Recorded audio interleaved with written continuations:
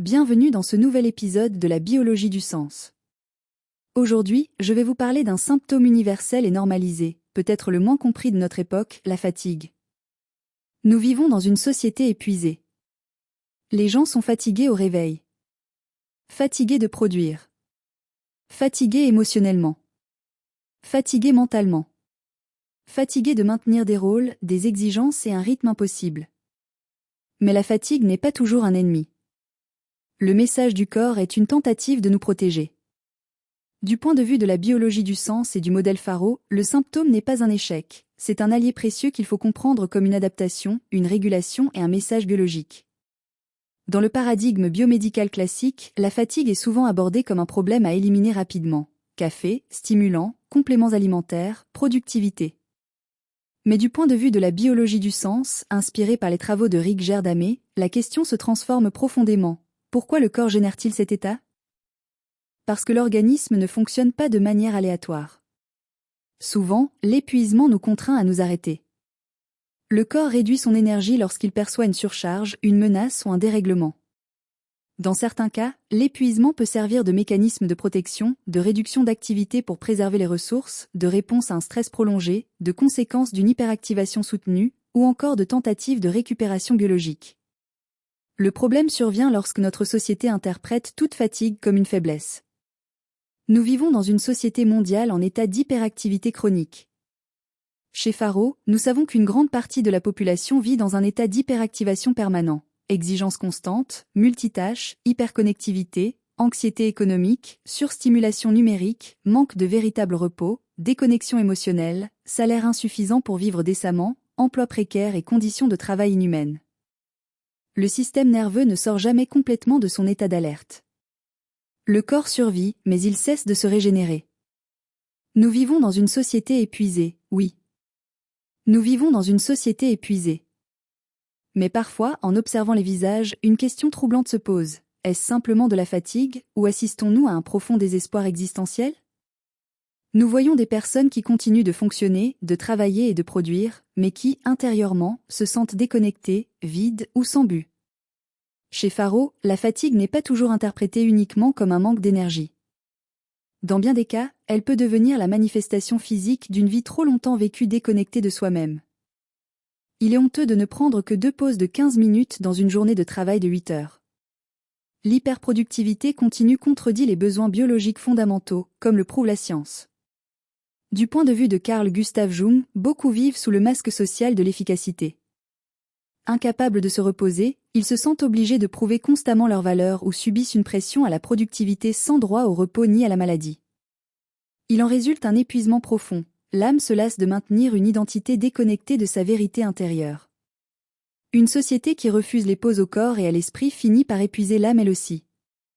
Selon Ken Wilber, la conscience contemporaine est prisonnière de l'action et de la performance, oubliant l'aspect le plus important de l'existence, l'être. Le contact avec la vie intérieure, la contemplation, le silence, le sens et la spiritualité se sont perdus.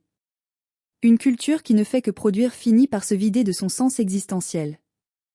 En médecine traditionnelle chinoise, la fatigue peut être liée à une déficience de QI, un épuisement du jing, une faiblesse de la rate et une surcharge du chêne. L'inquiétude excessive, le besoin de contrôle et l'activité dévorent l'énergie vitale. Le corps réclame du repos, mais la culture exige la continuité, et l'âme se dessèche. Le taoïsme enseigne que la vie a besoin d'alternance, activité et repos, yang et yin. Notre société glorifie l'excès de yang, l'activité, la compétition, l'accélération. Or, aucun système vivant ne peut supporter une expansion perpétuelle. Lorsque l'être humain perturbe l'équilibre naturel, le corps l'oblige à s'arrêter. La fatigue n'est pas toujours synonyme d'échec, mais plutôt de limite biologique intelligente, essentielle à la survie. Comprendre la signification biologique de la fatigue ne signifie pas rejeter les études médicales ni abandonner les évaluations cliniques. L'épuisement peut avoir de multiples causes, et le modèle Faro les intègre. Faro propose l'intégration, non le remplacement. L'approche Faro vise à rétablir la régulation et le sens. 1. Écoutez votre corps au lieu de le faire taire. Le symptôme cesse d'être l'ennemi. La question change, qu'est-ce qui m'épuise dans ma vie ? 2. Régulez votre système nerveux par un véritable repos, un sommeil réparateur, une respiration consciente et abdominale, en réduisant la surstimulation et en renforçant les liens physiques et émotionnels. 3.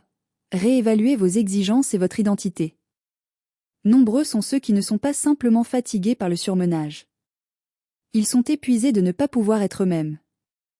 4. Redonnez du sens à votre existence. Survivre ne suffit pas. Les êtres humains ont besoin de cohérence intérieure. Ils ont besoin du respect social pour leurs caractéristiques uniques, ils ont besoin de ressources matérielles pour faire respecter leur droit à vivre dans la dignité. 5. Retrouvez vos rythmes humains. La biologie a ses limites. Nous ne sommes pas des machines. Humanisation.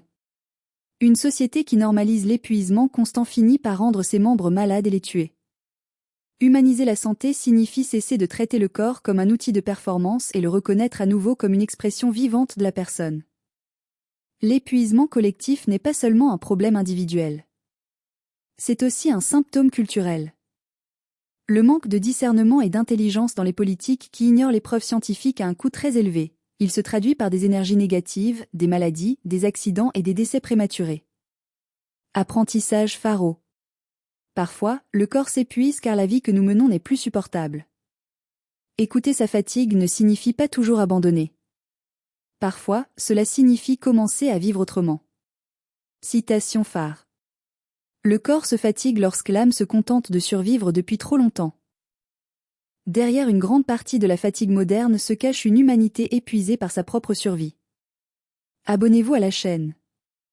N'oubliez pas d'aimer la vidéo. Dites-nous d'où vous la regardez, si vous êtes un professionnel de la santé, et si vous souhaitez suivre une formation de coach pharo. Partagez cette vidéo pour contribuer à une prise de conscience collective. Étudiez avec Essie la méthode intégrale pharo. Apprenez la science en pleine conscience. Car en matière de santé, le savoir n'est pas neutre, il est vital. Et si vous souhaitez travailler sur vos symptômes émotionnels ou vos souffrances selon l'approche holistique pharo, vous pouvez me contacter pour programmer des séances pharo en ligne. À bientôt dans le prochain épisode.